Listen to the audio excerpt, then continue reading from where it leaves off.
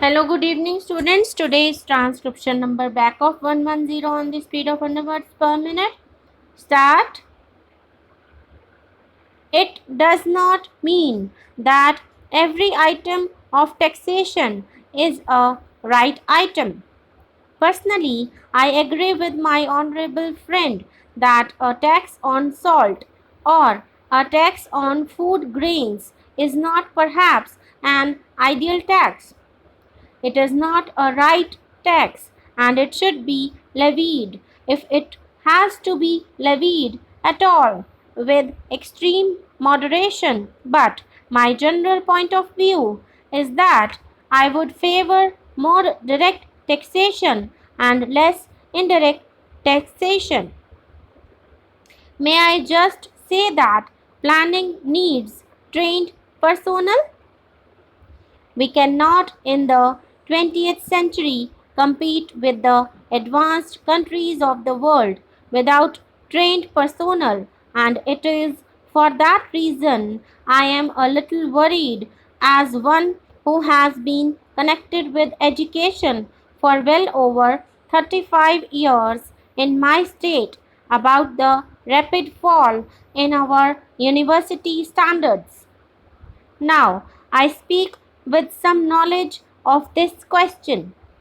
I have been connected as an examiner with many Indian universities. I know them. I am in contact with our young men, and it is very painful for me to find that they are not able to express themselves today in any language whatever. It is not as if they are able to express themselves very well in Hindi. I should be happy if they were able to express themselves well in Hindi, but the distressing feature is that the vast majority of our students are not well up in their studies, and the tragedy is that they are not able to express themselves in any language properly. Of course, there is overcrowding in the universities.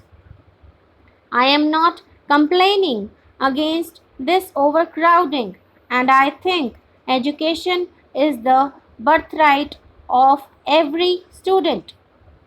I visualize a time when education in all its aspects will be as free as the air that we breathe.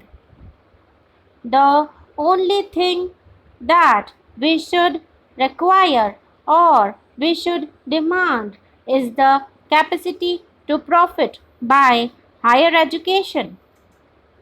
Higher education must not be made too expensive for the poor.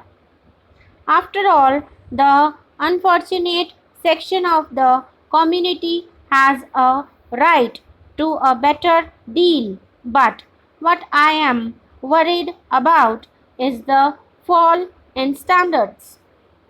We cannot ignore the claims of expansion, and there has been a considerable expansion of secondary education in our state.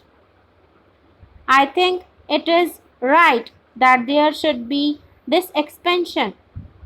The question, however, is how are we going to reconcile the claims of expansion with the claims of efficiency? I am all in favor of diversification of our educational system, but by mere diversification of education, you will not be able to solve the problem of unemployment among the educated unemployed. You will merely substitute a class of specialist unemployed for the general unemployed today. How are you going to tackle this problem?